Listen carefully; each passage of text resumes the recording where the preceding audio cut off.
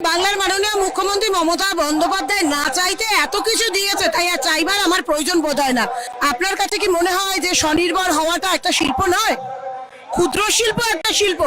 আমাদের মতন সাধারণ বাড়ির মেয়েরা আমরা বেরিয়ে এসেছি আজকে মমতা বন্দ্যোপাধ্যায়ের জন্য। 34 বছর ধরে তো আমরা বেরোতে পারিনি। প্রতিদিন প্রতি রাতে আমরা যখন নির্যাতিত হতাম, আমাদের কথা কে ভেবেছে?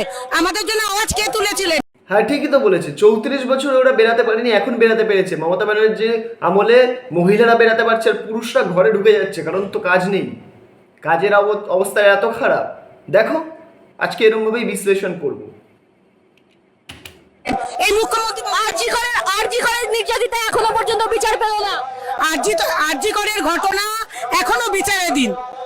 বিচার পাবেন না একথা একদম বলবেন না। কামদুনি কাণ্ডে যারা হচ্ছে 34 বছর ধরে যে সমস্ত মানুষরা নির্যাতিত হচ্ছে, কামদুনিতে যারা অ্যাকিউজ ছিলেন তারা একেবারে মুক্ত। দেখুন, কলকাতা হাইকোর্ট থেকে তাদেরকে জড়িয়ে গেছে কথা। আর কবে বিচার পাবে? আর কবে? কামধুনি কবে বিচার পাবে? আরজি করে কবে বিচার পাবে? পাবে না বিচার, মনে তো হচ্ছে যা।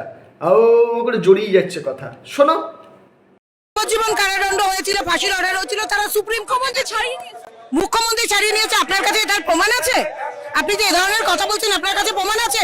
মুখ্যমন্ত্রী বাংলার মেয়েদের নিরাপত্তার সাথী, বুঝতে পেরে গেছো?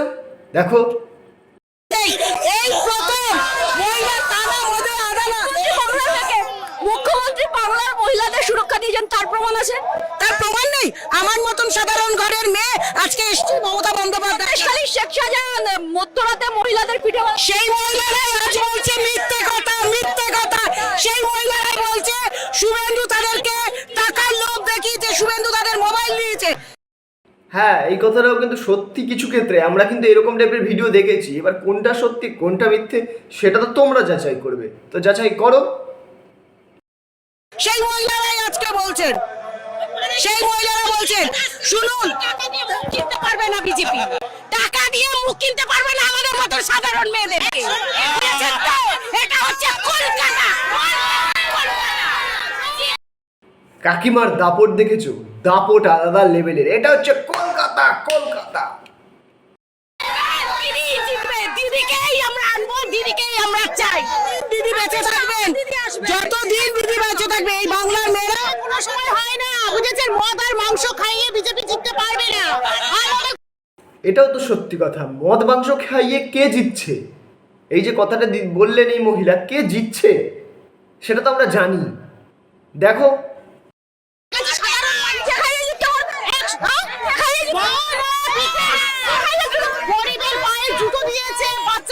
স্কুল ব্যাগ দিয়েছে, শিশু সাথী খুশি তো, ভাতাতে খুশি না, আমাদের করেছে।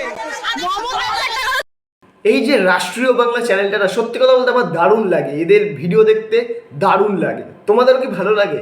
তাই তোমাদের সামনে নিয়ে আসি ভিডিওগুলো। দেখো, ওটা অধিকার, ওটা অধিকার, অধিকার। আপনি ভাতা বলছেন, ওটা অধিকার। যদি ওটা ভাতায় হয় তাহলে বিজেপি কেন বলছে ক্ষমতা আসলে 3000 টাকা দেবে? আজকে আপনি ভাতা বলছেন, তাহলে ওটা ভাতা হবে না?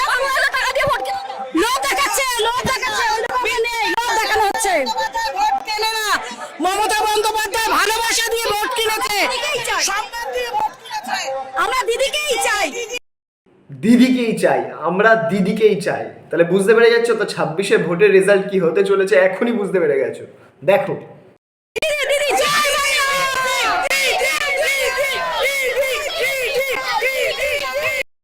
কি উচ্ছ্বাস! উচ্ছ্বাস একবারে ধরছে না।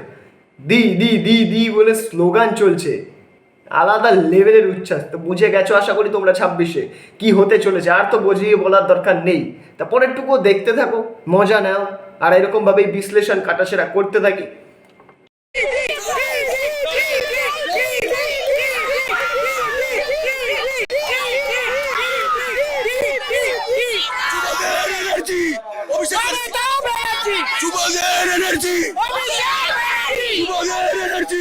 এই এনার্জি কাকু পেয়ে গেছি। এতগুলো মহিলার মাঝখানে একটা এনার্জি কাকু পেয়ে গেছি। দেখতে থাকো এই এনার্জি কাকুর এনার্জি। এনার্জি কাকুটা পেলো কোথা থেকে? এতগুলো মহিলার চারপাশে গিয়ে কি এনার্জিটা পেয়ে গেলেন নাকি? এটা ভাবার বিষয়। কাকু এত এনার্জি পেলেন কোথা থেকে? দেখতে থাকো কাকুর এনার্জি ভরা কথা। যুবদের এনার্জি জয় বাংলা। সে তো বুঝলাম অভিষেক ব্যানার্জি যুবদের এনার্জি, তাহলে আপনার এনার্জিটা কোথা থেকে আসছে কাকু? এইটাও তো ভাবার বিষয়। যুবদের, আপনি তো যুব নন, আপনার এনার্জি কি তাহলে অন্য কোনো পাওয়ার অফ এনার্জি কোথা থেকে আসছে সেটাও কিন্তু জানতে হবে আমাদেরকে। চলুন জানি তাহলে। জয় বাংলা। দিদি আছে, দিদি থাকবে। দিদি ছিল, দিদি আছে, দিদি